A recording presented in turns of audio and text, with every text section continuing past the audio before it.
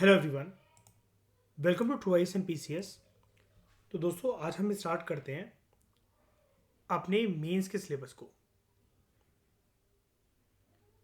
और सबसे पहले मेंस के सिलेबस में हम लोग बात करेंगे जनरल स्टडीज़ पेपर 2 को देखेंगे। और उसके साथ ही ये जो टॉपिक मैं सबसे पहले जनरल स्टडीज़ पेपर 2 के अंदर करवाने जा रहा हूँ वो आपके जीएस पेपर 4 के कोई एक टॉपिक्स हैं, एक दो, उनके साथ क्लैश करेगा। तो हम इस टॉपिक को कंबाइन तरीके से पढ़ेंगे, ठीक है।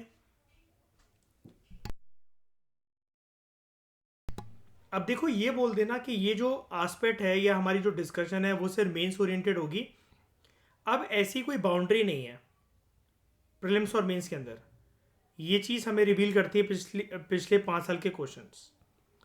प्रीलिम्स के अंदर जो स्टेटमेंट आएंगी वो ऐसी होती हैं कि आपको उसके लिए मेंस ओरिएंटेड आस्पेक्ट पता होना चाहिए, और इवन आप मेंस के अगर आंसर लिख रहे हो तो प्रीलिम्स ओरिएंटेड स्टफ जो होता है आपका वो आपको पता होना चाहिए। Prelims is not only about facts, it is a game of analysis now. और एनालिसिस का पूरा पार्ट मेंस के अंदर होता है, लेकिन उसके अंदर you need to put cherry on the cake.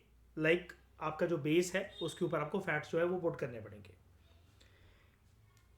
तो हमने जो बेस बुक बना रखी है वो स्टडी आई, क्योंकि ये गवर्नेंस इन इंडिया की एक बुक है जो कि लेटेस्ट 2023 की बुक है। इसको हमने बेस बुक बना रखा है। इसके अलावा हम विजन आईएएस का वैल्यू एडिशन मटेरियल भी करेंगे, और उसके अलावा कुछ करंट अफेयर के एस्पेक्ट्स को भी देखेंगे जो कि इन बुक्स के अंदर, इन मटेरियल्स के अंदर ठूस ठूस के भरे हुए हैं। तो अलग से हमें उनको कुछ देखने की जरूरत नहीं है। बस एंड के टाइम पर आप लोगों की जैसे ड्यूटी प्रीलिम्स में रहती है पीटी 365 को पढ़ने की या फिर मंथली करंट अफेयर से कोई चीज़ ऑर्गेनाइज करने की, ऐसी विजन की जो मेंस कंपाइलेशन आती है एंड में मेंस 365, आप बस उससे वैल्यूडेशन कर लेना, ठीक है।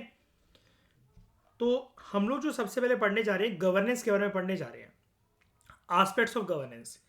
इसको जानने से पहले हमें एक बार के लिए सिलेबस को जानना पड़ेगा। देखो, ये है आपका यूपीएससी का जीएस पेपर 2 का सिलेबस, और ये है आपका यूपीएससी का जीएस पेपर 4 का सिलेबस। जीएस पेपर 4 होता है ethics, integrity and aptitude, and GS paper 2 is all about constitution and polity. यहां पर अगर आप देखोगे तो यहां पर आपको एक पॉइंट देखने को मिलेगा।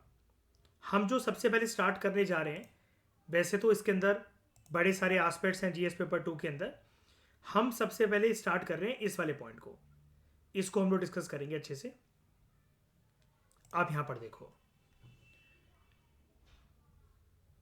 Important aspects of governance,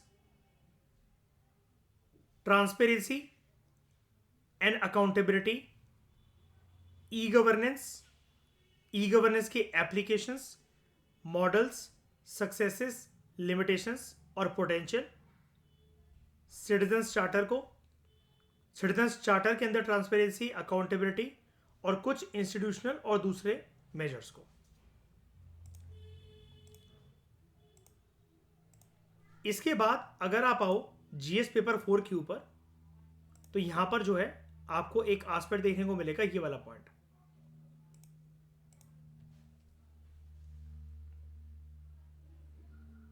public और civil service values and ethics in public administration, status and problems, ethical concerns and dilemmas in government and private institutions, laws, rules, regulations and conscience as sources of ethical guidance. हम क्या करेंगे, हम इतने part को, जब तक हम governance discuss कर रहे हैं इतने पार्ट को छोड़ देंगे। हम पिक करेंगे इस वाले पार्ट से accountability and ethical governance, strengthening of ethical and moral values in governance, ethical issues in international relations and funding, और कॉर्पोरेट गवर्नेंस। क्योंकि गवर्नेंस के एस्पेक्ट के अंदर एक इंपॉर्टेंट एलिमेंट जो अलग अलग डायमेंशंस हैं, आप पेपर 2 में आओगे, यहां पर आपको कॉर्पोरेट गवर्नेंस नहीं मिलेगा। लेकिन क्या गवर्नेंस प्राइवेट सेक्टर में नहीं होती? क्या बिल्कुल होती है। कॉर्पोरेट गवर्नेंस एक बहुत इंपॉर्टेंट एस्पेक्ट है आज की रियलिटी का। मिक्स्ड इकोनॉमी में अब स्टेट का जो रोल है commanding heads of the economy का, वो कम होता चला जा रहा है।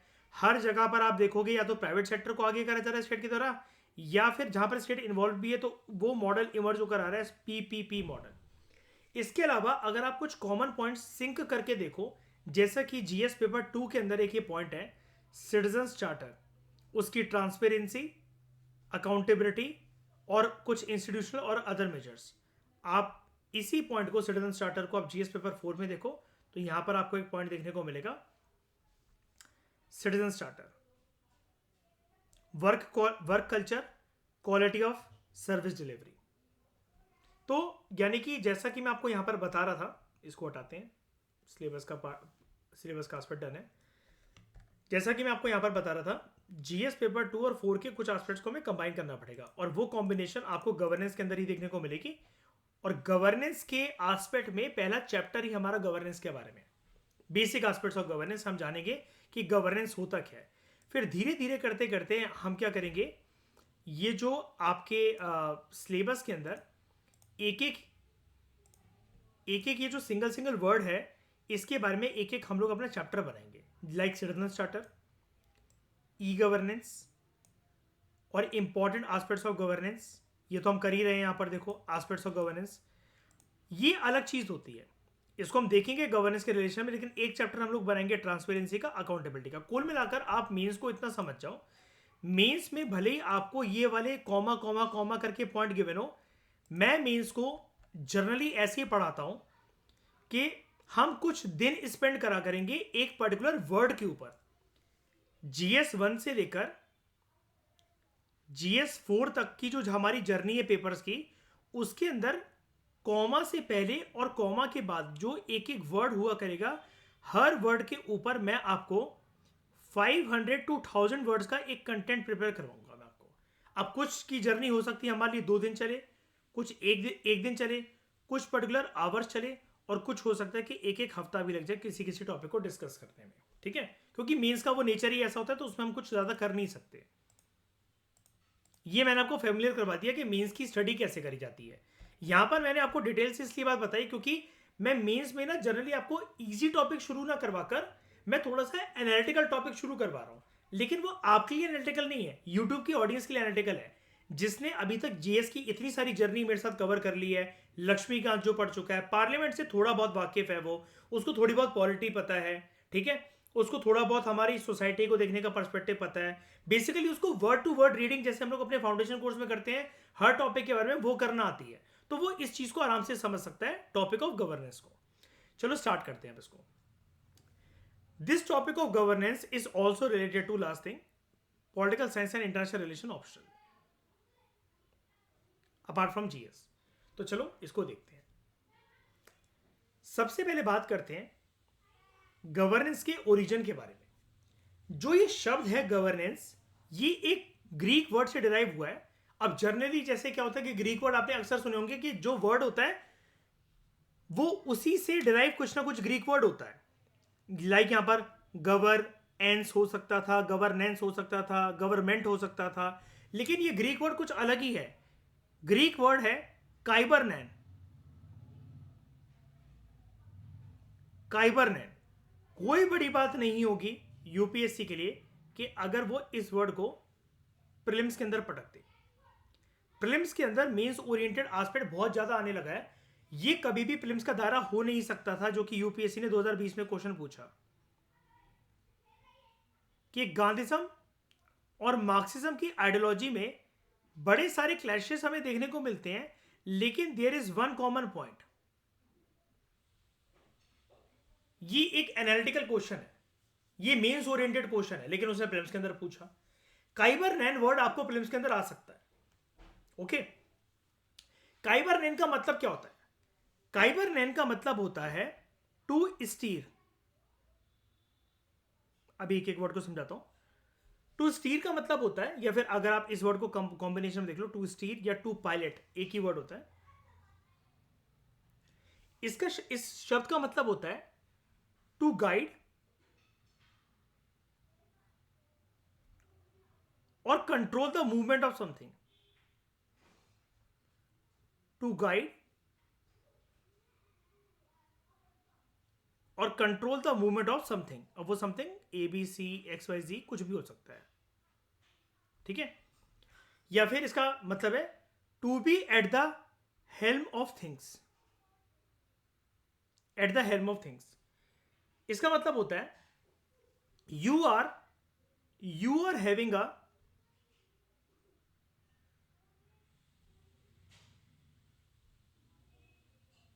Leadership role. Basically you are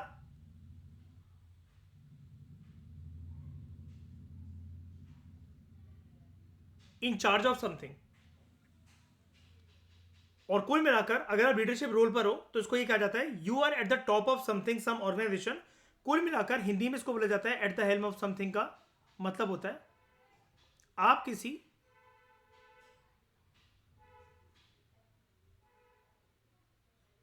शिखर पर हो, आप किसी टॉप ऑर्गेनाइजेशन, संस्था, office, factory, industry, government department, ministry, government, उसके एक लीडरशिप रोल के तौर पर आप उस नाव की चप्पू आपके हाथ में है, उस बोट की स्टीयरिंग व्हील आपके हाथ में है, गाड़ी की स्टीयरिंग आपके हाथ में है और प्लेन का कंट्रोल सिस्टम आपके हाथ में है। This is known age governance का जो वर्ड जो जहां से डिराइव हुआ है ग्रीक वर्ड काइबरनेन, ये काइबरनेन का मतलब है। तो गवर्नेंस क्या हुआ फिर? गवर्नेंस का मतलब होता है सिंपल टर्म्स में ये एक ऐसा प्रोसेस होता है, नंबर वन, एक तो ये प्रोसेस होता है कि डिसीजन मेकिंग कैसे होगी, और ये एक ऐसे प्रोसेस को दर्शाता है कि कौन से प्रोसेस के थ्रू डिसीजंस को इंप्लीमेंट करा जाएगा। डिसीजन मेकिंग होगी कैसे, डिसीजन मेकिंग करी कैसे जाएगी, और उन डिसीजंस को इंप्लीमेंट कैसे करा जाएगा। यानी कि गवर्नमेंट का, नीचे आप पहले देख लो, गवर्नमेंट का जो एक्शन ओरिएंटेड पार्ट होता है, गवर्नमेंट अगर एक्शन में है, बेसिकली गवर्नमेंट का किसी भी पॉलिसी, रूल्स, रेगुलेशन, स्कीम के साथ रिलेशन में उसका जो इंप्लीमेंटेशन वाला जो पार्ट होता है that is known age governance. अगर हम ऑक्सफोर्ड डिक्शनरी के मीनिंग पर जाएं तो गवर्नेंस ऑक्सफोर्ड डिक्शनरी के अकॉर्डिंग होता है इट इज एन एक्ट और मैनर ऑफ गवर्निंग। सरकार अपनी व्यवस्था को, अपने डिसीजंस को, अपने पॉलिसीज को, अपने प्लान ऑफ एक्शंस को किस तरीके से चला रही है, how it is acting, and the manner of governing. Act और मैनर ऑफ गवर्निंग, ये जो कंसेप्ट है गवर्नेंस का, इट इज इनएक्सट्रिकेबली, इनएक्सट्रिकेबल का मतलब होता है इनसेपरेबल। किसी भी चीज को अगर आप ए और बी को एक दूसरे से जुदा नहीं कर सकते, ये साथ में ही आएंगे, तो उसको बोला जाता है इनएक्सट्रिकेबल। मतलब it is not like A के बाद एक गैप है बी में, नहीं, दे आर नॉट सेपरेबल, इनको सेपरेट नहीं करा जा सकता, उसको कहा जाता है inextricable. Something which cannot be separated, which cannot be disentangled from each other. तो जो गवर्नेंस का जो कंसेप्ट है वो गवर्नमेंट के साथ बहुत ज्यादा लिंक्ड है, लेकिन हम आगे चलकर अभी मीनिंग समझेंगे कि कहां पर गवर्नमेंट का मतलब क्या होता है और कहां पर गवर्नेंस का मतलब क्या होता है। क्या ये दोनों लिंक्ड कंसेप्ट है या फिर इनके कोनोटेशन, इनका मीनिंग अलग अलग है। कुछ एक्सपर्ट्स बेसिकली ये बोलते हैं कि गवर्नेंस जो है, जैसा कि अभी मैंने आपको बताया, कि सरकार जो है वो एक इंस्टीट्यूशन के तौर पर स्थापित तो हो गई है, लेकिन क्या सरकार एक्ट कर रही है? सरकार एक्शन में है, सरकार अपने डिसीजंस को, पॉलिसीज को, रूल्स एंड रेगुलेशंस को इंप्लीमेंट कर भी रही है, उस चीज में इंटरेस्टेड भी है। बेसिकली हम सरकार का यहां पर एक्शन पार्ट जानते हैं, इसलिए तो सरकार को बोला जाता है कि जो रूल्स एंड लॉस जो बनाए जाते हैं लेजिस्लेचर के द्वारा, सरकार उनको एग्जीक्यूट करे। अब सरकार का जो एग्जीक्यूट करने का जो एक्ट होगा, जो मैनर होगा, जो प्रोसेस होगा, सरकार जो उस प्रोसेस में जो डिसीजन मेकिंग जो दिखाएगी, वो सब कुछ गवर्नेंस के साथ, वो सब कुछ गवर्नेंस का पार्ट है। और गवर्नेंस को क्योंकि इंप्लीमेंट करा जा रहा है सरकार एज अ एजेंसी, सरकार एज अ इंस्टीट्यूशन के द्वारा, इसलिए उसको बोला जाता है कि गवर्नमेंट और गवर्नेंस इनएक्सट्रिकेबली एक दूसरे से लिंक्ड है। क्या हुआ, किसी का कोई डाउट है क्या?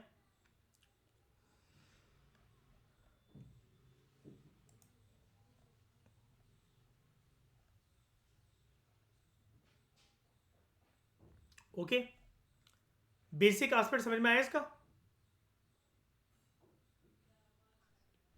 अब इसका ओरिजिन समझते हैं। ओरिजिन समझने के लिए न्यूलिथिक एज पर चलते हैं, ठीक है? Let's start. गवर्नेंस का ओरिजिन बाद में समझेंगे, पहले ही समझते हैं पॉलिटी कैसे इमर्ज हुई। देखो, पॉलिटी को हमेशा से मैं आपको बताता रहा हूं, जब मैं आपको पीएसआईआर का बेसिक सा इंट्रोडक्शन देता हूं प्लेटो का, आपको याद होगा मैं अक्सर आपसे एक बातें करता रहता हूं लक्ष्मीकांत के लेक्चर्स में कि देखो होता क्या था। सबसे पहले जो ये वर्ड है पॉलिटी या पोलिस या सिटी स्टेट, ये इमर्ज होकर आता है इन द कंसेप्ट ऑफ कि यहां पर मान लो कि एक कोई कम्युनिटी रह रही है, बीच में एक ज्योग्राफिकल बैरियर आ गया, फिर एक कम्युनिटी रह रही है, फिर बीच में एक ज्योग्राफिकल बैरियर आ गया। जैसे यहां पर माउंटेन है, यहां एक रिवर है, उसको छोड़ के फिर कुछ कम्युनिटी रह रही है, उसको छोड़ के फिर कुछ कम्युनिटी रह रही है। तो ये लोग जो हैं इनके इनके rules and regulations, community B के रूल्स एंड रेगुलेशन से और कम्युनिटी सी के रूल्स एंड रेगुलेशन से अलग होंगे। अब यहां पर जो है एक ज्योग्राफिकल बैरियर के बीच में आने की वजह से हमें यहां पर तीन तरह की जो पॉलिटीज हैं वो इमर्ज होती नजर आएंगी, और यही पॉलिटीज आगे चलकर रूप लेंगी गवर्नमेंट का। राइट?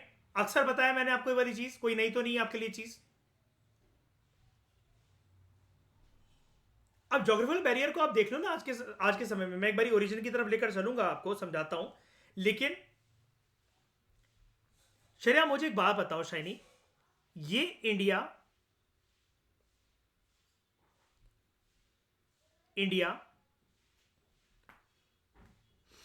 और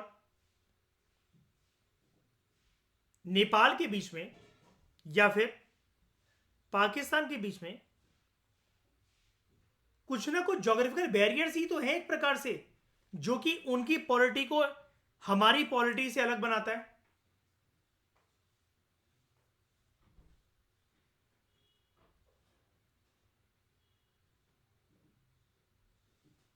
थोड़ा सा दूर चलते हैं, पास के एग्जांपल्स हटा देते हैं अगर आपको कंफ्यूजन हो रही है तो।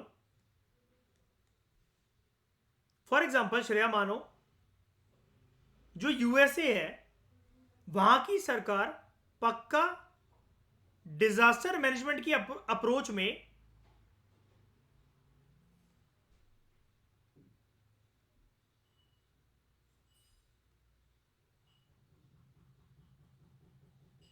पोलार वॉर्टेक्स या टॉर्नेडोज को डालेगी। लेकिन हमारे यहां जो होगा ये अप्रोच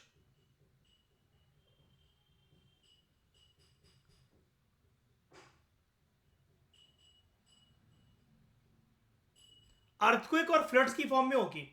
राइट और रॉन्ग? राइट और रॉन्ग? क्योंकि यहां पर जो एक ज्योग्राफिकल बैरियर है, क्या 7 समुंदर पार करके जाना होता है ना हमें America,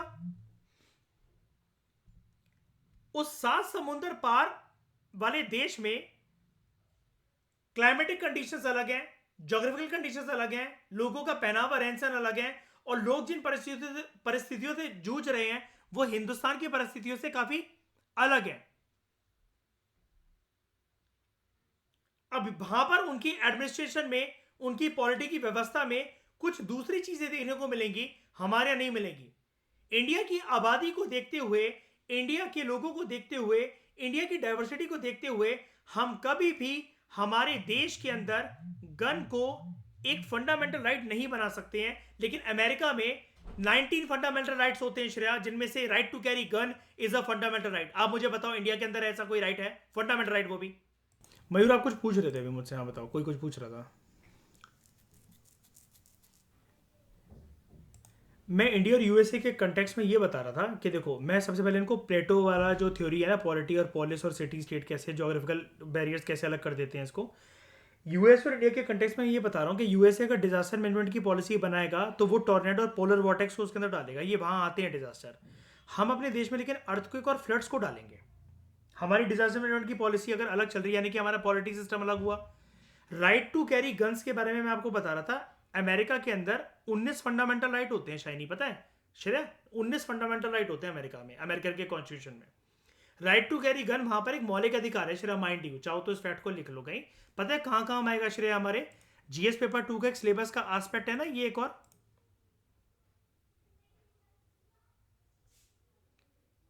comparison of Indian constitutional scheme with that of other countries, उसके अंदर इसमें काम आएगा। ठीक है, राइट टू कैरी गन्स लिख लो, फटाफट लिख लो सब लोग। Right to carry guns is a fundamental right in USA and America has 19 fundamental rights.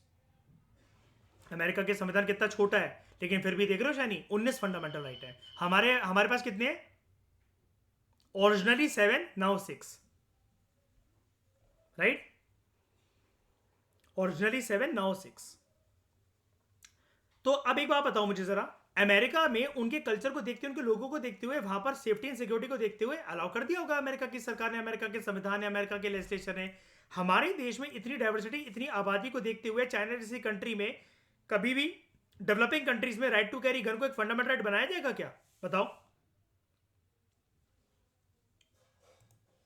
नहीं हो सकता ना, पॉसिबिलिटी नहीं है उसकी।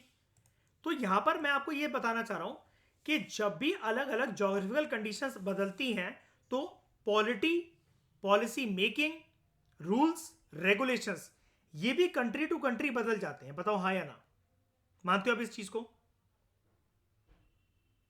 एक एग्जांपल और दूं, देखो और क्लैरिटी मिल जाएगी। मेंस के अंदर एग्जांपल ही मेन होते हैं। मेंस के अंदर ना याद कुछ नहीं करना पड़ता, मेंस के अंदर हेडिंग्स याद करनी पड़ती है बस। मेंस के अंदर लोड मत लेना, पूरा पेपर एक A4 शीट पर आ जाना चाहिए आपका, एक एक पॉइंट सिलेबस का।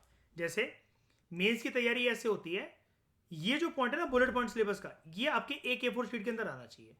ये एक A4 शीट के अंदर आना चाहिए एंड के टाइम पर, जब आप मेंस में बैठ रहे हो उससे पहले।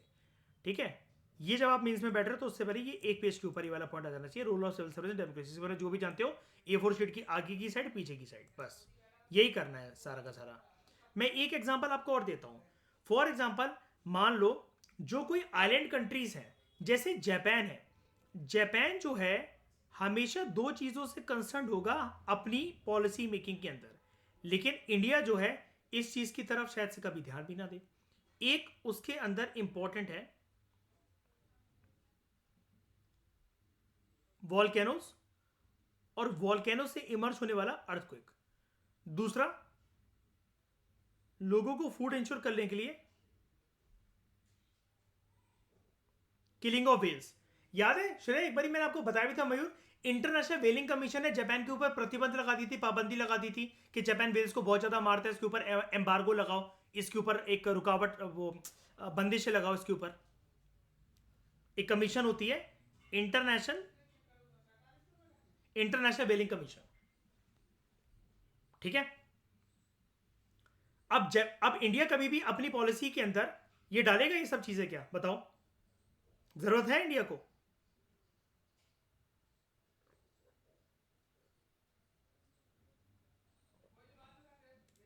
होगा ऐसा? नहीं, जापान ये चीजें डाल रहा है, जैसे दो चीजें इंडिया डालेगा कभी भी अपनी पॉलिसी मेकिंग के अंदर? कभी भी सरकार यहां पर कि वेल्स के ऊपर हम एक रेजोल्यूशन लेकर आते हैं सब, या फिर वॉल्केनो के ऊपर हम कुछ लेकर आते हैं। वॉल्केनो है ही क्या हमारे देश में? एक अंडमान निकोबार आइलैंड में बैरन आइलैंड्स नाम से एक आइलैंड है छोटा सा, वहां पर 2018 में आखिरी वॉल्केनो फटा था, जिसके बारे में 2018 के प्रीलिम्स में यूपीएससी ने क्वेश्चन पूछा था, आपको पता भी होगा वाली बात। हमेशा जैसी ज्योग्राफी बदलती है तो पॉलिसी मेकिंग, पॉलिटी और सरकार का रवैया वहां पर बदलता है। नहीं, बात हमारी ज्योग्राफी की नहीं है, हम कुछ भी रवैया अपनाएं, मतलब वो एक ज्योग्राफिकल बैरियर आने के बाद, चाहे वो समुद्र हो, पहाड़ हो, नदी हो, कोई बर्फीले माउंटेन हो, उनके बाद ना वो चीजें बदलेंगी। जहां पर हमारे देश में विद इन कंट्री बात कर लो, जहां पर ट्राइबल बेल्ट है, वहां पर हमने ट्राइबल्स को autonomous district councils, autonomous policy making, decision making, government functioning की आजादी दे रखी है। ये वाला काम हम दिल्ली, पंजाब, मध्य प्रदेश, यूपी में नहीं कर सकते। लोगों को बोल दी जाए अपने हिसाब से आप सरकार चला लो, पान पराग खाएंगे और कट्टा लेकर घूमेंगे फिर वो जेब में कि यहां पर तो हमारा टॉर चलेगा बस और किसी का नहीं। राइट? अब देखो गवर्नमेंट का कंसेप्ट, पहले मुझे एक बात बताओ, इसमें कोई दिक्कत तो नहीं जो मैंने आपको समझाया अभी ऊपर एग्जांपल्स? ये तो कंटेम्प्रेरी चीजें हो गई। हमें इन सब चीजों को, यानी कि सरकार के अस्तित्व को जानने के लिए हमें चलना पड़ेगा पेलियोलिथिक एज में। पेलियोलिथिक एज से थोड़ा सा आगे बढ़ जाएंगे जब लोग सेटल हो गए थे न्यूलिथिक एज में, वहां से सरकार ओरिजिनेट होती है। ये वाला पैराग्राफ जो है, यहां से लेकर origin of the concept of government से लेकर origin of the term governance तक, इसके बीच में मतलब ये जितना भी ये पैराग्राफ आपको दिख रहा है वाला पेज, ये आपके लिए बहुत इंपॉर्टेंट है। ये 4-5 पैराग्राफ आपकी मेंस के अंदर आर्ग्यूमेंटेटिव पावर को, आंसर राइटिंग को in both GS paper 2, 4 and PSIR के अंदर बढ़ा देंगे, as well as interview room में। समझ के देखो, अभी आप खुद पढ़ लो 5 पैराग्राफ कितने इजी हैं, और आप देखना आज के बाद इससे आपको कैसी इनहेंसमेंट मिलती है आंसर राइटिंग और आपकी अंडरस्टैंडिंग में। देखो छोटे से हैं, मतलब इजी से पैराग्राफ है, लेकिन गहराइयां देखना इनकी कितनी है। नंबर 1, जब हमारे पूर्वज जो थे उन्होंने एक सेटल्ड लाइफ बिताना शुरू करी, तो जरा शाइनी मुझे बताओ कि सेटल्ड लाइफ कब बिताना उन्होंने शुरू करी? Paleolithic age, mesolithic age, Neolithic age, chalcolithic age या हड़प्पन एज? न्यूलिथिक। श्रेया, इसका रीजन क्या है? शाइनी ने न्यूलिथिक क्यों कहा और मैं क्यों उसकी बात को सच मान लूं? Very good. तब एग्रीकल्चर सेटल होने लगा था, तो फटाफट से अपनी कॉपीज में अपने उसमें लिखो, एग्रीकल्चर के साथ साथ इंसानों ने जब सेटल्ड लाइफ बिताना शुरू करी, उसके बाद जो है इंसान किसी और चीज के ऊपर ध्यान देता है। आई रिपीट, फटाफट से लिखो कि जैसे इंसान ने न्यूलिथिक एज में एग्रीकल्चर के साथ साथ सेटल्ड लाइफ बिताना शुरू करी, तब इंसान अपने जिंदगी के दूसरे नुमाइंदों को, दूसरे एस्पेक्ट्स को देखने लगा। मैंने आपको एक चीज बताई थी, एक आर्गुमेंट बताई थी मयूर, रोटी कपड़ा मकान इंसान के जीवन के लिए शुरू से ही बहुत एक प्रोमिनेंट चीजें होती हैं। श्रेया, मैंने इसको हमेशा कंटेम्प्रेरी चीजों के साथ लिंक करते हुए भी बता रखा है। मैं हमेशा नहीं कहता श्रेया कि जिसकी मुशक्कत रोटी कपड़े मकान को लेकर है वो जीवन में कभी और किसी चीज के बारे में सोच नहीं सकता। इंसान उस जीवन में भी मयूर शाइनी रोटी कपड़े मकान की मुशक्कत में लगा हुआ था। Palaeolithic age, mesolithic age, Neolithic age में शाइनी जब उसको लगता है कि वो खेती बाड़ी कर सेटल एक जगह पर हो सकता है, उसके पास पीने का पानी है, उसके बाद कैटल रेयरिंग डोमेस्टिकेशन के लिए कुछ गाय भैंस भेड़ बकरियां हैं, अब वो अपना खुद का खाना उगा सकता है, ग्रो कर सकता है, अब उसको हंटिंग और गैदरिंग के आश्रय नहीं रहना पड़ेगा, तभी तो उसने जिंदगी के अपने दूसरे नुमाइंदों को बदला, दूसरे एस्पेक्ट्स को बदला। राइट? अब यहां पर दूसरे एस्पेक्ट्स वो होंगे क्या?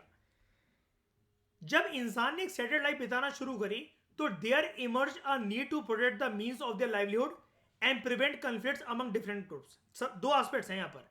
सेटल्ड लाइफ के साथ ही इंसान को एक जरूरत महसूस हुई कि अपने जीवन में इस रोटी कपड़े मकान को इतनी मेहनत और मुशक्कत के साथ जो हमने जोड़ा है, इसको हमें प्रोटेक्ट करके रखना जरूरी है।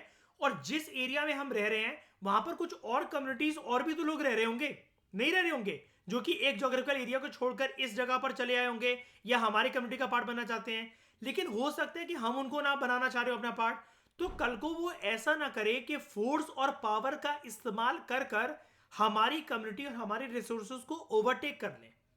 बताओ ये जरूरी है कि नहीं है? अब यहां पर दो चीजें हो सकती हैं, या तो आप अपने वर्चस्व को अपने वर्चस्व को इतना ऊंचा उठा लो कि सामने से किसी भी फोर्स को आप टाल सको, स्टॉप कर सको या उनसे फाइट कर सको। लेकिन आप लोग ही मुझे बताओ, ऐसा हर सिचुएशन के अंदर पॉसिबल है? आपको पता होगा कि कोई भी आपकी कम्युनिटी को ओवरटेक करने आएगा और आप उसको मार के गिरा दोगे, आप हमेशा टाल दोगे। इसमें पावर, फोर्स, रिसोर्सेज आपकी भी तो इस्तेमाल होंगे, बार बार होंगे कि नहीं होंगे इस्तेमाल। दूसरी चीज ये हो सकती है कि आप उनके साथ समझौता करना सीख जाओ। लेकिन मैं तो दूसरे ऑप्शन में भी फंस रहा हूं, समझौता मैं करने के लिए तैयार हूं, ये चीज गारंटी है कि सामने वाला भी समझौता करेगा मेरे साथ? वो कम्युनिटी समझौता करेगी? बेटर ये है दोनों पार्टीज के बीच में एक ऐसा आपसी समझौता, तालमेल और बातचीत होनी चाहिए जिसमें दोनों पार्टीज, दोनों ग्रुप्स अपने हित को रखकर, अपने मतों को भुलाकर एक बात की तरफ सहमति से एग्री करें, दैट वो सहमत हो एक बात के ऊपर। हमारा आपस में लड़ना या आपसी सहयोग ना करने का मतलब होगा इन लिमिटेड रिसोर्सेज को भी खो देना, जिससे अल्टीमेटली नुकसान तुम्हारा भी, नुकसान हमारा भी। हमारा भी वर्चस्व जीरो, तुम्हारा भी वर्चस्व zero. Power sharing, resource sharing बहुत इंपॉर्टेंट एस्पेक्ट बना। मेरी बात समझ में आ रही है? बात समझ में आ रही है? अब इंसानों ने क्या सोचा स्टैंडर्ड लाइफ बिताने के बाद? There is a means to protect their livelihood and prevent conflicts among groups. हमें कॉन्फ्लिक्ट भी प्रिवेंट करना पड़ेगा, और जो हमने जोड़ के संपत्ति जोड़ रखी है उसको भी हमें प्रोटेक्ट करना पड़ेगा। मैं हड़प्पा के ऊपर थोड़ी देर में आता हूं अभी, लेकिन आप यहां पर पढ़ो, एक एग्जाम्पल पढ़ो। राइटर हमसे कह रहा है कि वैदिक सोसाइटी को अगर आप इमेजिन कर लो, जो कि हड़प्पन सोसाइटी के बाद इमर्ज हुई, यहां के हिस्टोरिकल टेक्स्ट हमें यह बताते हैं कि लोगों की धन संपत्ति यहां पर थी गाय, भैंस, भेड़, बकरियां, यानी कि उनकी कैटल। राइट? आपको पता है ना, जो कैटल के ऊपर था लड़ाइयां तक हो जाती थी, एग्रीकल्चर लैंड्स के ऊपर, कैटल के ऊपर, गाय, भैंस, भेड़, बकरियां चोरी तक हो जाती थी लोगों की। ये प्राइमरी सोर्स ऑफ लाइवलीहुड था वैदिक सोसाइटी के लोगों के लिए। अब समझ गए? अब समझ गए मैं आपको क्यों कहता था कि मेंस के लिए एकदम से नहीं कूदा जाता। ऐसे राइटिंग, एथिक्स, जीएस पेपर 1 से 4 तक के लिए पहले मुझे 1.5 साल की नॉलेज देने दो आपको, उसके बाद ही आप मेंस में कुछ चीज समझ सकते हो। अब अगर आपने पूनम दलाल दहिया में इतनी डिटेल से मेरे साथ पढ़ा ही नहीं होता और सिर्फ तमिलनाडु या एनसीईआरटी पढ़ी होती, जो मैं अभी बताने जाऊंगा ना यहां पर, लक्ष्मीकांत और एंशिएंट इंडियन हिस्ट्री की नॉलेज के बिना ना, जो इस लेक्चर को सुन रहा है वो आत्महत्या कर लेना इस लेक्चर के बाद। ठीक है? आत्महत्या कर लेना और अपनी 13वीं में हमें बुला लेना खाने पीने के लिए। ठीक है? तो if we take example of Vedic society which emerge in the aftermath of Indus valley civilisation, हमें उससे यह पता लगता है कि जो कैटल है ना, वो लोगों के लिए प्राइमरी सोर्स ऑफ लाइवलीहुड था वैदिक सोसाइटी में। बिल्कुल। इसको लेकर क्या वॉर्स हुए? इसको लेकर क्या कॉन्फ्लिक्ट्स हुई? क्या थेफ्ट के केसेस बने? क्या और ज्यादा इसको क्या कहेंगे, फर्दर कलेक्शन को क्या कहते हैं, और इकट्ठा करते जाना हम एक्यूमुलेशन। क्या इनकी एक्यूमुलेशन या फिर और ज्यादा रिसोर्सेज से जुड़ते चले जाए? कैटल की बात ही कर रहा हूं अभी मैं सिर्फ। ये हुआ कि नहीं हुआ? अब जब ऐसा होने लगेगा शाइनी, तो मुझे बताना श्रेया जरा, क्या ये जरूरी नहीं है there is a need to protect the means of their livelihood and prevent conflicts among the groups? जिसका छिनाकर लाए हो वो वापस थोड़े टाइम के बाद आप पर देखकर अटैक नहीं करेगा क्या? आज आप वर्चस्वधारी थे, आपके पास पावर थी, आपने दूसरे की कैटल और एग्रीकल्चर लैंड हड़प लिया, क्या गारंटी है कि वो दोबारा पावरफुल बनकर आपके ऊपर अटैक नहीं करेगा और आप उस अटैक को टाल सकते हो, इतने योग्य हो?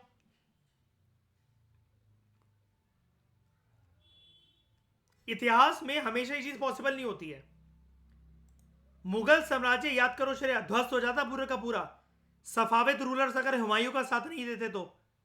दो एक ही एम्पायर ऐसा है पूरे पूरे इतिहास के अंदर जिसका गेम 20 साल के लिए जीरो होकर दोबारा इमर्ज होता है, फिर वो 200 सालों के लिए, 250 सालों के लिए।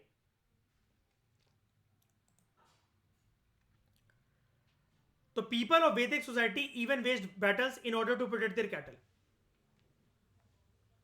ठीक है? अब एक इंपॉर्टेंट क्वेश्चन यहां पर यह इमर्ज होना शुरू हुआ। आप उस जमाने के हिसाब से देखो, याद रखना इस टॉपिक को पढ़ते हुए, आप दुनिया में पहली बार सरकार की स्थापना करने जा रहे हो। Imagine yourself as a community, as a citizen of Vedic society. एक पर्टिनेंट क्वेश्चन यहां पर यह इमर्ज हुआ, whether such protection or prevention of conflicts could have been possible without some form of organization or rules and laws or some form of authority and control। हमेशा इस प्रकार का protection हम protect कर सकते हैं अपने रिसोर्सेज को, अपनी कैटल्स को, और कन्फ्लिक्ट को टाल सकते हैं।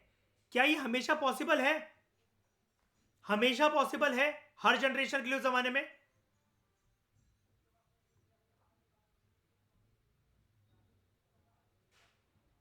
नहीं, ये एक लेट फैक्टर की बात है।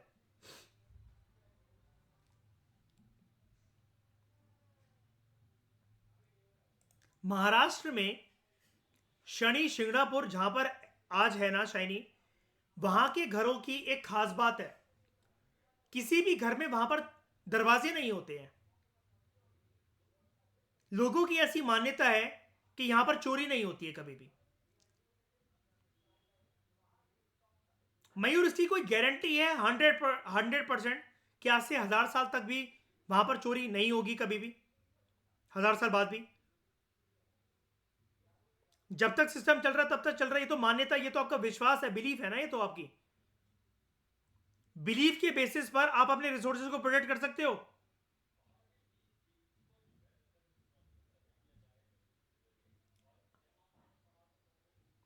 आपके घर में एक ट्रस्ट वर्दी कोई नौकरानी, कोई नौकर हो, या आप किसी दुकान वाले को, नीचे वाले फ्लोर की आंटी को चाबी देकर जाते हो अपनी कहीं पर जाने से पहले,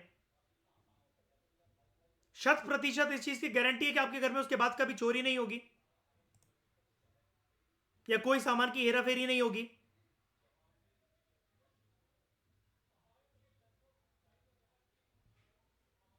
ये नीचे वाली आंटी जो शरीफ देखने को दिख रही है, वो चाबी किसी और को डुप्लीकेट चाबी बनाकर नहीं दे सकती। कोई गारंटी है? गारंटी की बात कर रहा हूं मैं, कोई गारंटी नहीं है। ऐसी लोगों को यहां पर ये रियलाइज हुआ, और लोगों को ये चीज पता कब रियलाइज हुई? लोगों को ये चीज रियलाइज हुई न्यूलिथिक एज के बाद ही। वैसे तो यहां पर देखो, हरप्पन एज को स्किप करके ये लोग वैदिक एज की बात कर रहे हैं, ठीक है, हम मानते हैं। लेकिन अगर अगर आप हरप्पन एज की बात कर लो, वहां पर भी एक फॉर्म ऑफ पॉलिटी या पॉलिटिकल ऑर्गेनाइजेशन होगा पक्का। जैसा कि हम कहते हैं कि वहां पर एक रूलर होगा, जैसा कि हमें टेराकोटा एक फिगरीन देखने को मिली थी उसकी प्रीस किंग की, मोहनजोदारो से, राइट। लेकिन आप एक चीज देखो, रिसोर्सेज के चक्कर में ही तो श्रेय ऐसा हुआ ना कि आर्यंस जो हैं वो पूरी की पूरी आईवीसी पर इन्वेजन कर गए। डेडलिन वैली याद है? औरतों और बच्चों के सर कटे मिले। क्यों आए वो यहां पर? मजे में काट डाला लोगों को रिसोर्सेज के लिए। अगर एक strong form of political setup होता तो आर्यंस की इन्वेजन को वो रोक नहीं सकते थे क्या? बिल्कुल रोक सकते थे। थोड़ी सी नई फॉर्म की बातें कर लेते हैं, थोड़ा सा आगे आ जाते हैं जरा मध्यकालीन भारत पर। नादिर शाह का इन्वेजन 1738 टू 39, उस टाइम पर लेटर मुगल्स की पावर जो थी पूरी ध्वस्त थी। सारे लोग मुगल एम्पायर, मुगल साम्राज्य से अलग होकर independent kingdoms, state, regional kingdoms, empires बनाने की मुशक्कत मेहनत में लगे हुए थे। एम्पायर टूट रहा था, नादिर शाह को पता था इसके बारे में, वो आया यहां पर, और कोई यूनिटी नहीं थी किसी के बीच में। एक स्ट्रॉन्ग पॉलिटिकल सेटअप, एक पॉलिटिकल ऑर्गेनाइजेशन या form of government, centralise government नहीं था यहां पर कोई भी भारत के अंदर। तो उसका इन्वेजन आसान हो गया, ले गया वो आसानी से। शाहजहां के एरा का पिकॉक थ्रोन, कोहिनूर, दिल्ली को लूटा, और इंडस के वेस्टर्न साइड पर जितनी भी टेरिटरीज थी, नॉर्थ वेस्ट फ्रंटियर जो हमारा होता है, वहां पर नादिर शाह और दुर्रानी एम्पायर का आगे चलकर कब्जा। हमेशा से रिसोर्सेज को जो एक्यूमुलेट कर रखा होता है किसी कम्युनिटी ने, किसी को भी किसी भी जमाने के अंदर आप चले जाओ, डर तो सभी को लगेगा कि हमारे रिसोर्सेज हमसे ना चले जाए, और हम उन रिसोर्सेज को संभाल के रखे भी हुए हैं। तो यार, कल को अगर वहां पर कोई अटैक होता है, कोई वॉर होता है, एटलीस्ट हम इतने सक्षम हो कि उन रिसोर्सेज की प्रोटेक्शन के चक्कर में उन वॉर्स को, उन इन्वेजन्स को टाल सके। तो एक पर्टिनेंट क्वेश्चन, एक इंपॉर्टेंट क्वेश्चन ये इमर्ज हुआ कि इस प्रकार की जो प्रोटेक्शन है, जो प्रिवेंशन है कन्फ्लिक्ट्स की, कुड हैव बीन, क्या ये पॉसिबल है without some form of organisation, without rules, without laws, without some form of authority और कंट्रोल? बताओ, है पॉसिबल? नहीं है। अब लोगों ने क्या करा वैदिक सोसाइटी में, लोगों ने क्या करा, people started to give away certain valuable things to a protector called as Gopati. याद होगा ये पर्सन,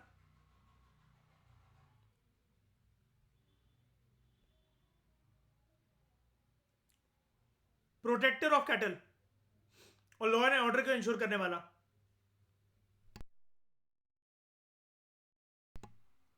ये पर्सन ये बोल रहा है अपना कुछ वैल्यूएबल चीजें मुझे दे दो जिसकी नीड मुझे है, बदले में मैं तुम्हें वचन देता हूं तुम्हारी गाय भैंस भेड़ बकरियों को, जो कि तुम्हारा फॉर्म ऑफ वेल्थ है, उसको कुछ भी नहीं होगा। लोग इसको अपनी वैल्यूएबल थिंग्स दे रहे हैं, ये बदले में उनको प्रोटेक्शन दे रहा है, ये प्रोटेक्टर बदले में उनको इंश्योर कर रहा है पीस और स्टेबिलिटी, जिसको आज के समय में हम कहेंगे ये पर्सन वहां पर उस एरिया के अंदर लॉ एंड ऑर्डर को इंश्योर कर रहा है। मुझे एक बात बताना, लोगों का अगर इतना विश्वास है कि गोपति को कुछ रिसोर्सेज देने की वजह से वो हमारी वेल्थ का प्रोटेक्टर बनेगा, हमें कुछ नहीं होने देगा, तो गोपति किसका सिंबल हुआ? गोपति किसका सिंबल हुआ?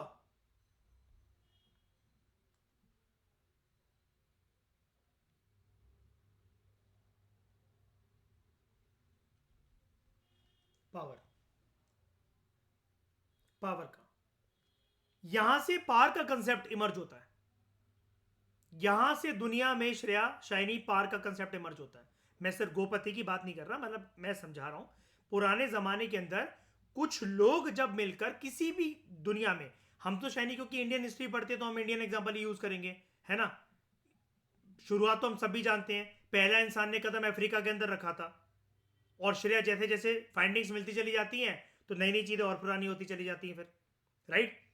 खैर उन सबको छोड़ो, जब कुछ लोगों का ट्रस्ट एक अथॉरिटी पर आ जाता है कि आप हमें हमारी protection, security, peace, stability ensure करके दो, not instability, sorry, stability ensure करके दो, बदले में हमसे कुछ रिसोर्सेज ले लो, तो वहां पर उस पर्सन में जो लोग अपना कॉन्फिडेंस दिखा रहे हैं वो क्यों दिखा रहे हैं? Because that person is having power. और अगर नहीं भी है पार, कम है पार, या पार का कंसेप्ट अगर इतने अच्छे तरीके से पॉलिश नहीं हो रहा है, तो यहां से हम एक चीज कह सकते हैं कि लोग ही तो है ना जो कि इस गोपति को एज प्रोटेक्टर बना रहे हैं कैटल का, रिसोर्सेज का। तो श्रेया, हमारा प्रीएम्बल क्या कहता है? हमारे कॉन्स्टिट्यूशन की पावर कहां से फ्लो करती है? लोगों से। यहां पर गोपति की पावर कहां से आ रही है? लोग गोपति को पावरफुल या फिर protector of law and order या फिर ensurer of peace and stability कैसे मान रहे हैं? गोपति इतना पावरफुल क्यों बन रहा है? भगवान ने बनाया उसके, लॉर्ड मनु ने भेजा उसे, एडम ईव की औलाद है, पावर इसके पास कहां से फ्लो कर रही है? Support of people. यहां से एक चीज आप जान जाओ, गवर्नमेंट के लिए एक पावर फ्लो जो होनी चाहिए वो कहां से होनी चाहिए? Through people. कुछ नए पर्सपेक्टिव मिल रहे हैं आप लोगों के दिमाग को? जान पा रहे हो कैसे पूरा सिस्टम धीरे धीरे इमर्ज हो रहा है अभी भी? लेकिन आपको अपने आप को इमेजिन पुराने जमाने में ही करना। थोड़ा सा और आगे बढ़ते हैं। तो गवर्नमेंट जो है सबसे पहले इवॉल्व होती है as people discover that protection was easier, अगर हम लोग एक साथ रहेंगे। यहां से किस कॉन्सेप्ट का इमरजेंस हो रहा है श्रेया? लोगों का एक साथ रहना, अपने रिसोर्सेज की साइमल्टेनियस प्रोटेक्शन के लिए। बताओ।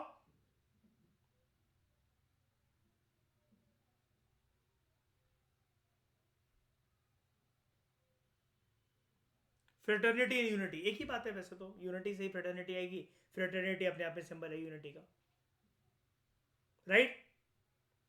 लोगों को ही लगा एकजुट रहने में ज्यादा ज्यादा पावर है। तो देखो, हर एक जगह पर जहां पर ज्योग्राफिकल बैरियर आ रहा है उससे पहले लोग मिल रहे हैं कि नहीं मिल रहे हैं? बताओ। मतलब लोग रह रहे हैं कि नहीं रह रहे? एक जगह पर एक सिंगल बंदा तो नहीं रह रहा, और वो सारे लोग मिलकर एक कम्युनिटी की फॉर्म में रह रहे हैं जो कि चलकर क्या बना रहे हैं? अपने रूल्स एंड रेगुलेशंस खुद के। तो गवर्नमेंट फर्स्ट इवॉल्व जब लोगों ने डिस्कवर करा कि प्रोडक्शन इजी हो जाएगी अगर हम साथ में रहेंगे in groups, and if they all agree that one और some in the group should have more power than the others. हम लोग साथ में तो मिलकर रहेंगे, लेकिन we are wasting some power in one और द अदर फॉर्म, वन और the other form of person, या फिर कुछ अथॉरिटी या फिर ग्रुप ऑफ पर्सन। क्या शाइनी सरकारें आज के टाइम में ऐसी नहीं चलती हैं? बताओ मयूर, नरेंद्र मोदी और आप में क्या डिफरेंस है?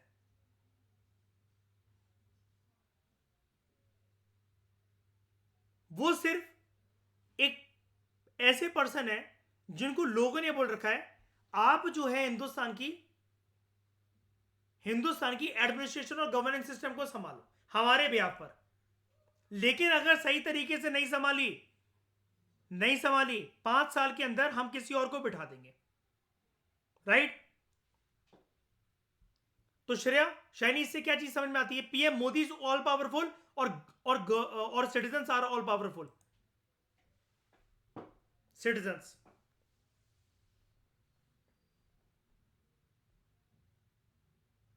पीएम मोदी अनलिमिटेड और अनिश्चित काल के लिए, इंडेफिनेट पीरियड के लिए पावर होल्ड कर सकते हैं, even if he becomes N arbitrator, dictator. हमारे देश में पॉसिबल नहीं है।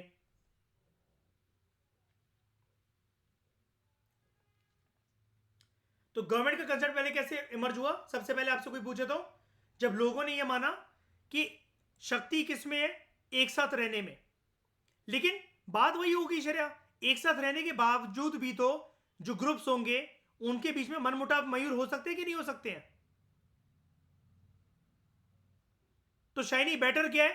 सारे लोग साथ मिलकर रहें और कॉमन तरीके से डिसीजन मेकिंग प्रोसेस को अपनाकर, एक कंसेंसस को अपनाकर, किसी प्रकार की वोटिंग को अपनाकर पावर जो है वो एक पर्टिकुलर पर्सन में, अथॉरिटी में या ग्रुप में दे दें कि आप हम सबके लिए rules and regulation banana.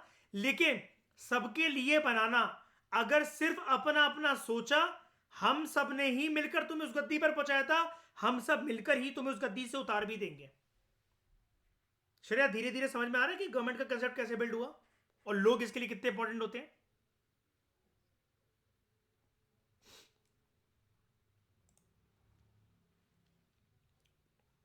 The government first evolved as people discovered that protection was easier if they stayed together in groups, and if they all agreed that one or some in the group should have more power than others. यहां से किसकी शुरुआत होती है? पहला concept हो गया staying together, तो fraternity and unity, और they all agreed that one or some in the group should have more power than the others. देखो, one or some in the group should have more power than the others. इससे किसकी शुरुआत हुई?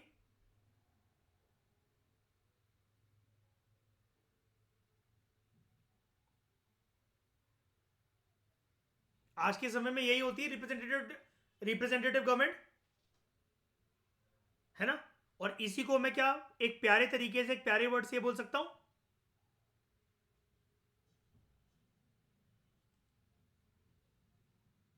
Indirect democracy.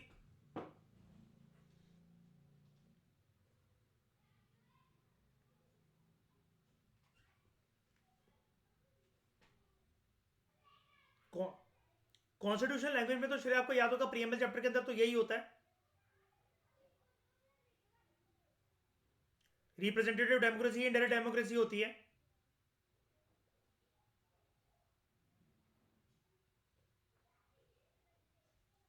अब बड़ी सारी theories हैं कि गवर्नमेंट कैसे इमर्ज हुई। This is a brilliant paragraph.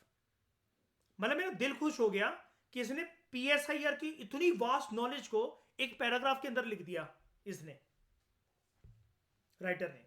बहुत बढ़िया पैराग्राफ है, इससे बढ़िया पैराग्राफ को पूरे इंटरनेट, पूरे दुनिया में कहीं नहीं मिलने वाला। इतने प्यारे तरीके से इतनी बड़ी बात को, इतनी गहरी बात को कुछ लाइनों के अंदर समझा दिया। समझने की कोशिश करो जरा। बहुत सारी थ्योरीज हैं कि रिगार्डिंग कि सरकार दुनिया में इमर्ज कैसे होती है। सारे थ्योरीज, पॉलिटिकल एक्सपर्ट्स, जो भी लोग हैं जो कि बोलते हैं कि सरकार का इमरजेंस ऐसे हुआ, वैसे हुआ, फलाना करके हुआ, ढिकमा करके हुआ। 4 चीजें होती हैं, 4 थ्योरीज इमर्ज होकर आई जिसपे सबकी कंसेंसस किसी ना किसी चीज के ऊपर है। नंबर 1 है force theory.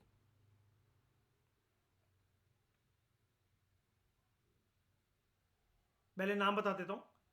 Force theory, evolutionary theory, divine right theory and social contract theory. तो बात करते हैं फोर्स थ्योरी की। फोर्स थ्योरी का यह मतलब होता है गवर्नमेंट्स क्रिएट होती हैं थ्रू डोमिनेशन। सबसे सिंपल एग्जांपल, मेंस के अंदर एग्जांपल बहुत इंपॉर्टेंट है प्लीज। ये आदत मैं आज से डेवलप करवाना स्टार्ट करा रहा हूं, और कानों को बोल बोल के पका दूंगा मैं आपको, आपके कानों को और आपके दिमाग को। एग्जाम्पल बहुत जरूरी है। तो बताओ, इतिहास में, इंडिया के इतिहास में बताओ, किसने अपनी फोर्स का इस्तेमाल करके एक कम्युनिटी को ओवरटेक करके उनको मार के और वहां पर जाके अपना वर्चस्व बना लिया था? फोर्स थ्योरी हम किसको सही माने? आर्यंस की इन्वेजन को। हाँ, और कौन है Aryans?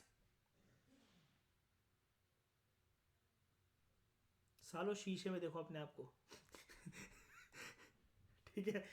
Force theory thinks governments वर क्रिएटेड थ्रू डोमिनेशन। कि सरकार ऐसे बनना स्टार्ट हुई, कुछ लोग ना जबरदस्ती, चलो एक तो एग्जांपल हमने वैसे हरप्पन का दे दिया, लेकिन कुछ लोग किसी किसी जगह पर जबरदस्ती आ गए, we will control all the resources on behalf of you. लेकिन उन्होंने ये नहीं बोला हम पूरे रिसोर्सेज को ओवरटेक कर लेंगे। क्यों? अगर आप घर के कुर्सी पर अकेले बैठकर खुश हो रहे हो कि मैं जीत गया और उस रूम में कोई भी नहीं है, तो आप मूर्ख हो। जैसे कि एग्जांपल दो उसका बहुत प्यारा।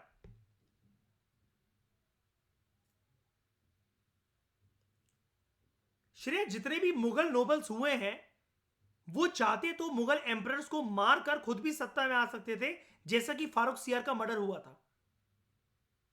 लेकिन हमेशा वो किसी ना किसी मुगल एम्परर को ही आगे करते थे, खुद नहीं बैठते थे। क्यों? जनता उनको लेजिटिमेसी नहीं देगी। Right? British east India company 1857 की क्रांति तक 85 साल का लगभग हो गया था, 80 साल का, 85 साल का, बहादुर शाह जफर टू। फिर भी उसी के नाम पर जितने ट्रीटीज, रेजोल्यूशंस, मोशंस, कुछ भी चीजें वो इंट्रोड्यूस करते थे उसके नाम पर करते थे। This is being done in the name of emperor of India, in the name of emperor of India. कभी भी खुद आके नहीं बैठे पॉलिटिकल पावर पर। क्यों? एकदम से हिंदुस्तानियों को आदत नहीं है गोरी चमड़ी वालों को तख्त पर बैठे देखने की। फोर्स थ्योरी ये कहती है कि गवर्नमेंट्स वर क्रिएटेड थ्रू डोमिनेशन।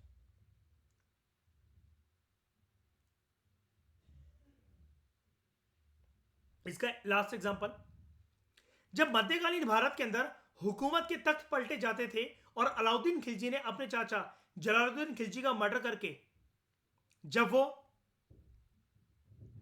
दिल्ली सल्तनत में खिलजी डायनेस्टी को लेते हुए उसका सुल्तान बन जाता है, अनडिस्प्यूटेड सुल्तान बन जाता है, तब वो रीजन क्या देता है? जैसा कि आपने पद्मावत मूवी के अंदर भी देखा होगा, सल्तनत को नई सोच की जरूरत थी, जो सरहदें आगे बढ़ा सके, आवाम को खुश खुश रख सके, इसलिए हमने हुकूमत का तख्त पलट दिया। तो फोर्स थ्योरी, क्या फोर्स थ्योरी हुई, मतलब फोर्स थ्योरी नहीं, क्या फोर्स यूज हुआ है? जो फोर्स थ्योरी दी किसी किसी थ्योरिस्ट ने सरकार को बनाने के लिए? बिल्कुल। ये एग्जांपल क्या मैं अपने मन से दे रहा हूं? ये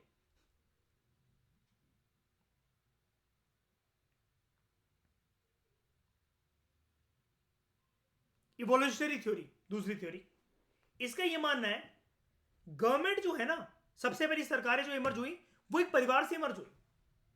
जैसे परिवार के, एक परिवार होगा सबसे पहले पृथ्वी पर, उसका वंश आगे बढ़ता चला गया, बढ़ता चला गया, बढ़ता चला गया। अब इतने ज्यादा लोग फैल गए, इतने ज्यादा उन लोगों ने कम्युनिटीज, गांव, लोग, पॉपुलेशन बसा ली। अब सबकी हैंडलिंग में बहुत मिसमैनेजमेंट हो रही थी।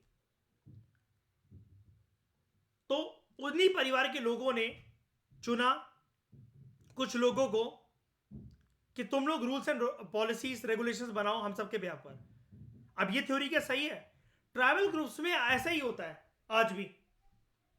उनका एक सरदार होता है, उनका एक लीडर होता है, एक मुखिया होता है। बहुत सारे गांव हैं हमारे देश में ऐसे, जिन गांव में कुछ परिवार रहते हैं, वो एक किनशिप टाइज के साथ बंधे होते हैं। और मैंने आपको बताया था उन सबकी सरनेम कॉमन होती है। जैसे कि मेरे स्कूल में एक लड़का पढ़ता था, उसका सरनेम था वॉट्स, नाम था उसका अनुराग वॉट्स। वो बताता था कि उसके गांव में जितने भी परिवार रह रहे हैं सबका सरनेम वॉट्स है। हम लोग एक बहुत पुराने एंशिएंट किनशिप टाइप से बंधे हुए हैं। तो बताओ ये थ्योरी सही है कि नहीं है? कुछ रीजन्स में बिल्कुल सही बैठती है। रीजन्स की बात कर रहा हूं, रीजन्स, लोकेशंस। तभी तो थ्योरी आ रही है ना, कहीं तो ऐसा एविडेंस देखने को मिला होगा ना। कई लोग का मानना है कि सरकारें ऐसे इवॉल्व हुई। और जाहिर सी बात है, पृथ्वी पर पहली बार तो कोई परिवार ने कदम रखा होगा ना, किसी इंसानों ने कदम रखा होगा। धीरे धीरे करके उनकी आबादी ऐसे बढ़ती चली गई। हम तो यहां पर ओरिजिन ऑफ द गवर्नमेंट के कंसेप्ट को जानने के लिए बैठे हुए हैं ना। उसके बाद पहली बात बताओ मुझे, समझ में आया इवोल्यूशनरी थ्योरी क्या है?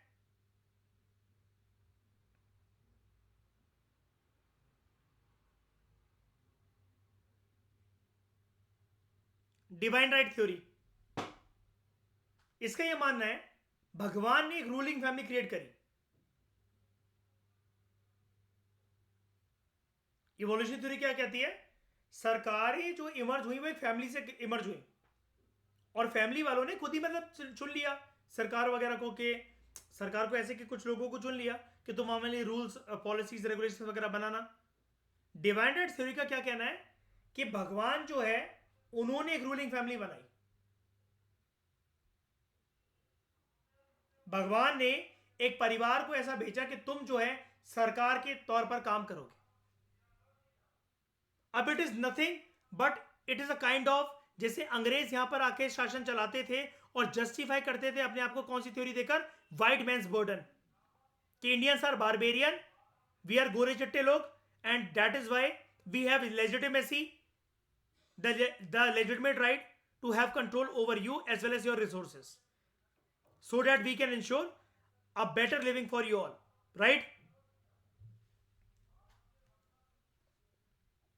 और लास्ट है आपका social contract theory. Social contract theory ये मानती है that individuals agree to renounce unlimited rights to create a more secure society. कि कुछ लोग साथ मिलकर आए, उन्होंने सोसाइटी की टर्म्स पे सोशल कॉन्ट्रैक्ट एक दूसरे से करा साइन, मतलब आपको ये कोई चिट्ठा नहीं था, मतलब एग्री करा, हम अपने अधिकारों को अनलिमिटेड तरीके से एक्सरसाइज नहीं करेंगे, हम उन अधिकारों को अनलिमिटेड तरीके से छोड़ते हैं। क्यों? If I will exercise my freedom as control freedom without any restriction, and you are also exercising the same kind of freedom, मतलब that can give right to anarchy, jungle rule, जहां पर might will become the right and nobody can rule. और कोई rule नहीं कर सकता वहां पर। जंगल के अंदर किसका रूल होता है? गलत आंसर दिया थप्पड़ मार को बहुत जोर की, किसी का नहीं है ना। शेर का नहीं होता शायनी, शेरा पता है ना, है ना, वो हमारे बचपन में होता था। जैसे फलों का राजा कौन? प्रूव करना जरा इस बात को, बुलाना जरा हमको, कॉल करना।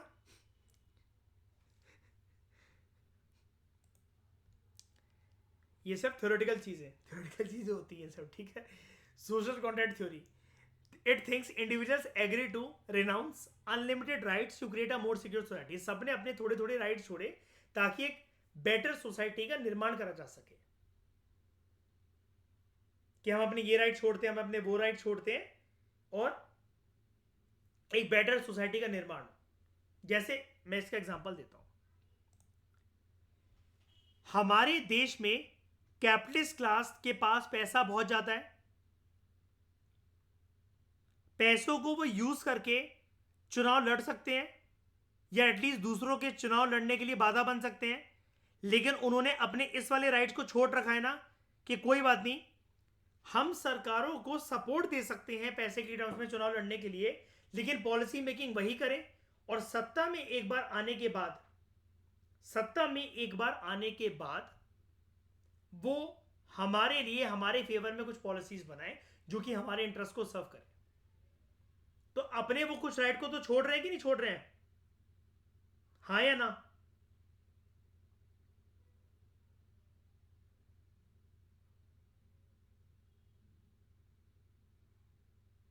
ये वाली बात क्लियर है?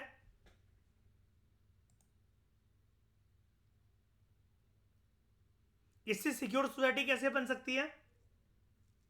क्योंकि हर कोई अपने पावर स्टेटस को अनलिमिटेड तरीके से क्लेम नहीं कर रहा।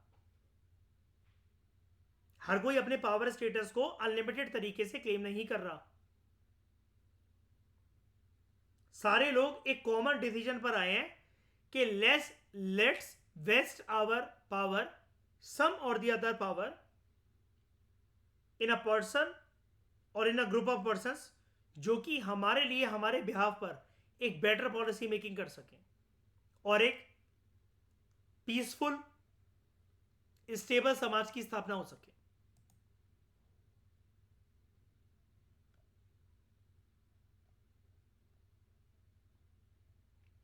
तो आज के समय में सरकार का मतलब क्या है? कंटेम्पररी मीनिंग क्या है सरकार का? गवर्नमेंट की बात करें अगर हम लोग आज की आधुनिक दुनिया के अंदर, government is nothing but a machinery या फिर एक इंस्ट्रूमेंट स्टेट का जिसके पास पावर है स्टेट की। यहां पर तीन बॉडीज होती हैं, एक कानून बनाने वाली लेजिस्लेचर, एक उन कानूनों को एग्जीक्यूट करने वाली एग्जीक्यूटिव सरकार, मेन यही है सरकार, और ये देखने के लिए एक बॉडी कि सरकार अपने कानूनों को एग्जीक्यूट करते हुए और लेजिस्लेचर कानूनों को बनाते हुए क्या जो रूल्स एंड रेगुलेशंस बने हुए हैं देश के लिए उसकी मर्यादा को भंग तो नहीं कर रही। अभी हम कॉन्स्टिट्यूशन वर्ड का यूज नहीं करेंगे। वो रूल्स एंड रेगुलेशंस जब कोडिफाई हो जाते हैं जिससे सब लोगों को बातें मनवाई जा सके, तब जाकर इमरजेंस होता है एक कंसेप्ट का जिसको हम लोग कहते हैं संविधान, कॉन्स्टिट्यूशन। तो गवर्नमेंट एक प्रकार की एक पॉलिटिकल ऑर्गेनाइजेशन होती है with the power to make and enforce laws and policies एक स्पेसिफिक जोग्राफिकल एरिया और एक स्पेसिफिक जोग्राफिकल पॉपुलेशन के लिए। यहां पर देखो, यही वाली बात तो मैंने आपको बताई। स्पेसिफिक जोग्राफिकल एरिया में यूएसए अपने डिजास्टर मैनेजमेंट टॉर्नेडोस पोलर वॉर्टेक्स के बारे में डालेगा। हम लेकिन अगर उसकी जगह होंगे हम अर्थक्वेक फ्लड्स को डालेंगे। हम अपनी डाइवर्सिटी को देखते हुए गन को फंडामेंटल राइट नहीं बना सकते जैसे कि यूएसए ने बनाया हुआ है। और ऐसे ही हर एक जगह की जोग्राफिकल टेरिटरी, सॉरी, जब भी जोग्राफी एज अ बैरियर कुछ भी आता है तो अलग अलग प्रकार की पॉलिटिकल सिस्टम हमें देखने को मिलते हैं। इसका पर्पस क्या होता है सरकार का? सरकार बनाने का पर्पस ये होता है, इन स्पेसिफिक लॉज एंड पॉलिसीज को लाने का पर्पस ये होता है कि जो सिटीजन्स के जो बिहेवियर है उसको रेगुलेट करा जा सके, उनको public goods and services provide करी जा सके और कम्युनिटी के इंटरेस्ट को रिप्रेजेंट करा जा सके जिसको सरकार गवर्न कर रही होती है। अब कभी कभार जो दो टर्म्स होती हैं, गवर्नमेंट एंड गवर्नेंस, लोग इनको कैजुअल तरीके से कैसे भी यूज कर लेते हैं इंटरचेंजेबली कि गवर्नमेंट ही गवर्नेंस है, गवर्नेंस ही गवर्नमेंट है। लेकिन ये जो गवर्नेंस का जो कंसेप्ट है ये थोड़ा सा अलग है सरकार से। सरकार क्या है? सरकार एक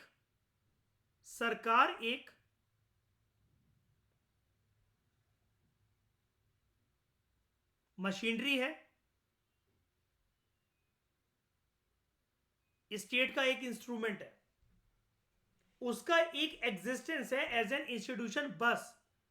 लेकिन the involvement of institutions like legislature, executive and judiciary beyond the state, यानी कि स्टेट अगर कोई नेशन स्टेट है वहां पर तो हमें इंस्टीट्यूशंस तीन देखने को मिलेंगे ही मिलेंगे। एक कानून बनाने वाला, एक कानून को एग्जीक्यूट करने वाला, और एक ये देखने वाला कि वो जो कानून है, वो जो सोसाइटी के लिए कॉमन रूल्स एंड रेगुलेशन बन रखे हैं, एक समाज के लिए, एक देश के लिए, उनकी मर्यादा को भंग तो नहीं कर रहा, वो उसको तो नहीं तोड़ रहा। तो the involvement of institutions beyond the state in the management of public affairs, it separates governance from the concept of government.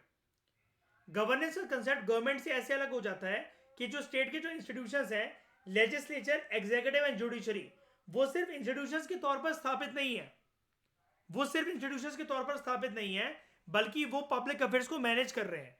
Public affairs को कैसे मैनेज कर रहे हैं?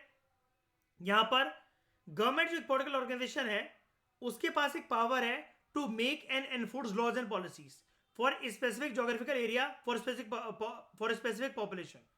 लोगों के बिहेवियर को रेगुलेट करना, उनको public goods and services provide करना और कम्युनिटी के इंटरेस्ट को रिप्रेजेंट करना, ये सब कुछ पब्लिक अफेयर्स है। यानी कि जो हम यहां पर बात कर रहे थे, गवर्नमेंट जब अपने एक्शन में है या सरकार जब कोई भी चीज एग्जीक्यूट कर रही है, इंप्लीमेंटेशन पार्ट जो है सरकार का, वो सिर्फ एक इंस्टीट्यूशन बनकर स्थापित नहीं है कि एक देश का एक रूल्स एंड पॉलिसीज की बुक है, संविधान, उस संविधान के तहत सरकार बननी चाहिए, चुनाव हुए, सरकार बनी और 5 सालों से मामला शांत बैठा हुआ है, वो सरकार कुछ नहीं कर रही है।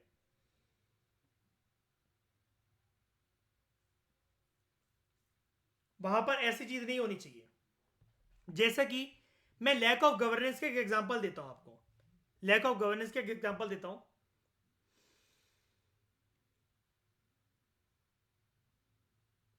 श्रेया, आप अपने एरिया के एमएलए का नाम जानते हो?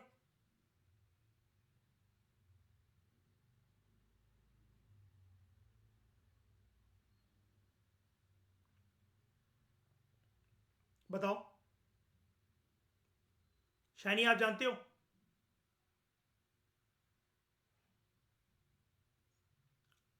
एमपी का नाम जानते हो? दोनों का नाम जानने के बावजूद 5 साल के अंदर वो आपसे पर्सनली कितने बार मिलने आए कि शाइनी डे आपको कोई दिक्कत, कोई परेशानी, हम आपके रिप्रेजेंटेटिव हैं, बताओ? एक बार भी नहीं ना।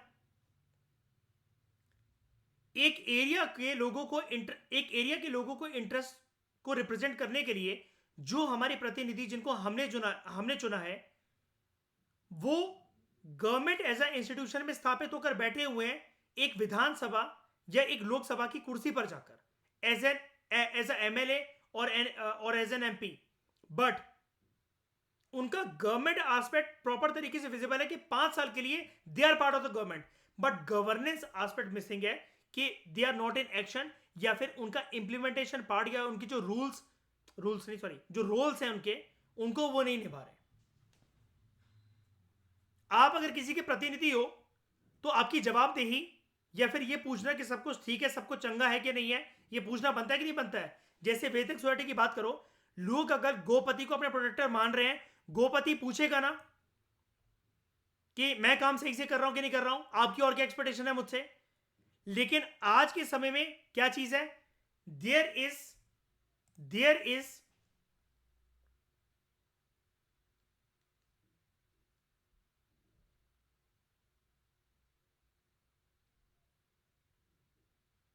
मैक्सिमम गवर्नमेंट एंड मिनिमम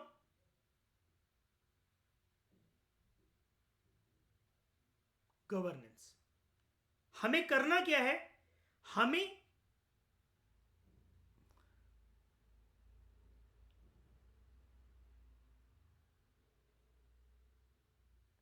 हमें इसको रिप्लेस करना है।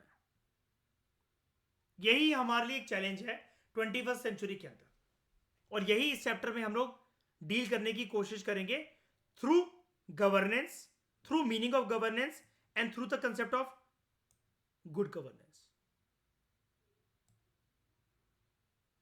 मैं इसलिए आपसे कहता हूं कि जीएस की नॉलेज बहुत जरूरी है। मैं इसमें कूदने से पहले यहां पर आपको सब चीजें पता होना चाहिए। जीएस पेपर 1 से 2 तक देखो, कौटिल्य, अर्थशास्त्र वगैरह सब कुछ, ग्लोबलाइजेशन, बहुत कुछ आपको पता होना चाहिए।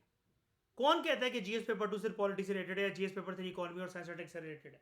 कौन बेवकूफ कह रहा है?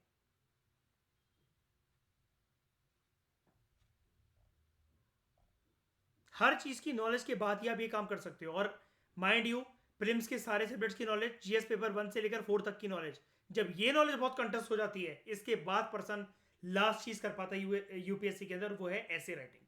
बिना इसके ऐसे राइटिंग भी नहीं करी जा सकती है। लिख लो आप ऐसे, बहुत नैरो माइंडसेट का आपका ऐसे होगा, मार्क्स ही नहीं आएंगे, ऐसे ही बाहर करवा देगा आपको लिस्ट से। कई लोग 300 नंबर का जो 99 मार्क्स जिसमें लाने हैं इंग्लिश हिंदी का जो पेपर है, 5% लोग उसमें भी क्लियर नहीं कर पाते पेपर अपना। सोच के देखो, निबंध उसके अंदर आ रहे हैं, राइट एन ऐसे ऑन काओ फ्लावर, उनमें उनका हालत खराब है। गाय के ऊपर फूल के ऊपर निबंध लिखना नहीं आ रहा उनको। हाँ, ऐसे ऐसे आते हैं, फ्लावर के ऊपर लिखो, काओ के ऊपर लिखो।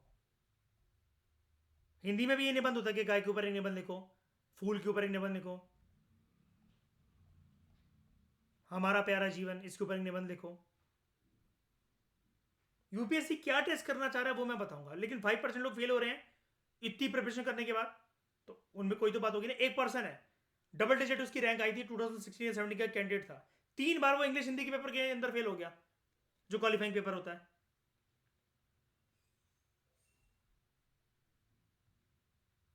और उसमें एक दिक्कत होती है, अगर आप इंग्लिश हिंदी पेपर को क्वालिफाई वो नहीं करते हो ना, तो आपके बाकी पेपर चेक नहीं होते हैं फिर, जीएस पेपर 1 to 4, क्योंकि एग्जाम तो आपको रोज सारे ही देकर आने पड़ेंगे। वो तो बाद में पता लगता है ना आपको कि आपने क्वालिफाई क्यों नहीं करा, वो पेपर आपके चेक ही नहीं होते फिर। It is a game of pressure, but you need to be very smart and very cautious. ठीक है, डोंट वरी, ऐसा मत समझना कि हमने एक पेज बिताया, इतना सारा टाइम लगाया इसके ऊपर। ये शुरू में अभी ऐसे ही चलेगा। क्यों? ये थोड़ा सा पॉलिटी का फिलोसफिकल पार्ट है, और यही आपकी लक्ष्मीकांत के अंदर एक वैल्यू एडिशन डालेगा। अगर ये सब लोग करके जा ही रहे होते, तो लक्ष्मीकांत ने नए एडिशन के अंदर 90 चैप्टर डालती हैं, 92 चैप्टर डालती हैं, 10 चैप्टर और डाल देता गवर्नेंस की, क्या दिक्कत थी, पूरी जीएस पेपर 2 खत्म हो जाती वहां पर। लेकिन नहीं करेगा कोई, ऐसा लोगों को पता भी नहीं है। उनको लगता है पॉलिटिक्स ऑल अबाउट लक्ष्मीकांत, ऐसा नहीं है।